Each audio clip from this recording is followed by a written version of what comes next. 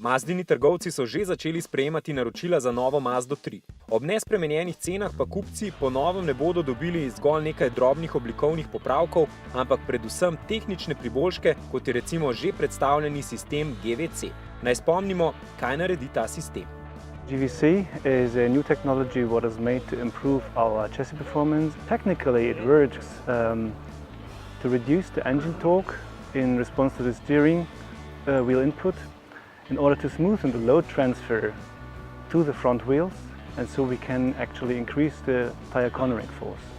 Zadeva izboljša vodljivost pri vožnji naravnost. Potrebno je manj popravljanja smeri, še zlasti pri vožnji po luknjastih, se pravi po slovenskih cestah. Zanesljivejša vožnja je tudi skozi ovinke. Voznik nastavi smer in ovinek odpelje brez korekcij. No, šestico opremljeno s sistemom GVC smo že preizkusili tudi na naših cestah in nekoliko moramo izboljšavo komentirati, da gre za sistem, ki je pomemben še zlasti za avtomobilsko industrijo. Pridobitve, ki jih prinaša GVC, so namreč detajli, ki jih bodo še najbolj zaznali testni vozniki konkurenčnih znamk, ko bodo svoje prototipe primerjali z Mazdo.